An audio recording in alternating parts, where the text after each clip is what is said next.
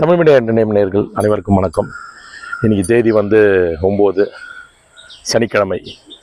விடுதலை சிறுத்தைகள் அவர்களுடைய 2 எம்எல்ஏ பதவியில் இருக்கிற 2 பேருடைய ஆதரவு தவேகா தலைவருடைய விஜய் அவருக்கு முதலமைச்சர் ஆவதுக்கு வெளியிலிருந்து ஆதரவு கொடுக்குறான்னு உறுதி அளிச்சிருக்காங்க.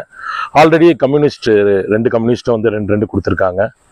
அது மட்டும் இல்லாமல் காங்கிரஸ் 5 எம்எல்ஏ சீட்டு ஆதரவு கொடுத்துருக்காங்க. ஓவரால் 118 வந்துடுச்சு.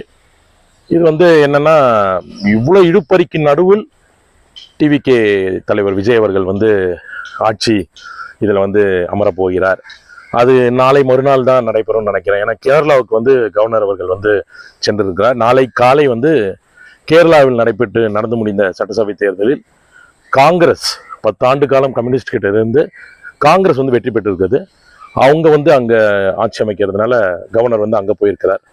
அது மட்டும் இல்லாமல் இன்னைக்கு மேற்கு வங்காளம் 15 வருஷம் மம்தா பானர்ஜி அவர்களிடமிருந்து திரிணாமுல் காங்கிரஸ் இருந்து பிஜேபி முதல் முறையாக மேற்கு வங்காளத்தில் சுபேந்திர அதிகாரி என்ற ஒரு முதலமைச்சர் அங்கே பதவியேற்றிருக்கார். அந்த நிகழ்ச்சிக்கு மோடி அவர்களே போய் நேரடியாக போயிட்டு எல்லாருக்கும் நன்றியை தெரிவிச்சிருக்கார். மேற்கொண்டு நாளை மறுநாள் விஜய் அவர்கள் பதவியேற்பு விழா முடிஞ்சதுக்கு அப்புறம் நான் கூறுகிறேன். முதலமைச்சர் விஜய்க்கு வாழ்த்துக்களை தெரிவித்துக் கொள்கிறேன். என்ன போராட்டத்துக்கு நடுவில் நீங்கள் முதலமைச்சர் ஆனாலும் தொடர்ந்து எவ்வளோ இக்கட்டான சூழ்நிலையிலும் மக்கள் உங்கள் கூட தான் இருக்கிறாங்க. நன்றி, வணக்கம்.